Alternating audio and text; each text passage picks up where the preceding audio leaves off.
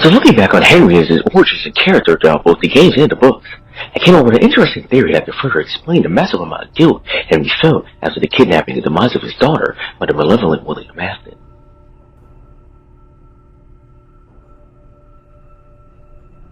During FNAF 2 in his scripted minigames, we first see the events of Charlotte's traumatic death, with the girl being trapped outside the building while no one inside notices, including the Freddy that is serving the various children cake. After a while, William drives up to the girl and proceeds to murder her before driving her off into the night.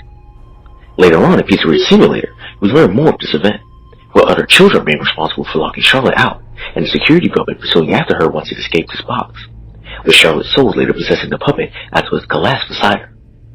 With everything we see between the two minigames, as well as some details from the books, we can infer that the building where Charlotte died was Fredbear's family diner, with the bear we see within the Take 8 minigame being Fredbear itself.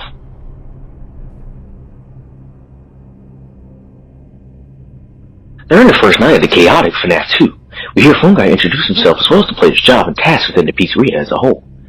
However, during said call, he mentioned something extremely interesting about the toy animatronics. Fazbear Entertainment is committed to family fun and, above all, safety. They've spent a small fortune on these new animatronics. Facial recognition, advanced mobility. They even let them walk around during the day. Isn't that neat? This bit states that the toys are allowed to walk around during the day, and when Phone Guy says this, infers that they are the first animatronics that Fazbear Entertainment has allowed to do so during their tenure as a company.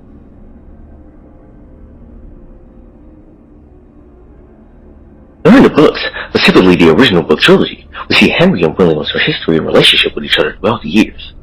During said stories, we learn that during the days of Fredbear's family diner, Henry and William would often don Springlock suits often, with William using Spring Bonnie, while Henry used Fredbear, with Clay even seeing a picture of the two wearing the suits. They would switch between Libet and Springlock suits to perform in animatronic mode, to performing shows within the suits themselves, with Charlie remembered these moments vividly.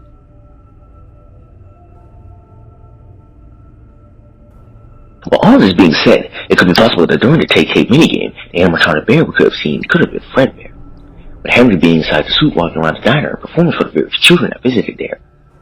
However, while he was distracting and caught up with entertaining the patrons, Charlie would get locked out by the other kids, which would result in a possible drunken and enraged Afton coming to the diner and killing her, possibly out of spite towards Henry, leaving her in the alleyway and making his bedroom.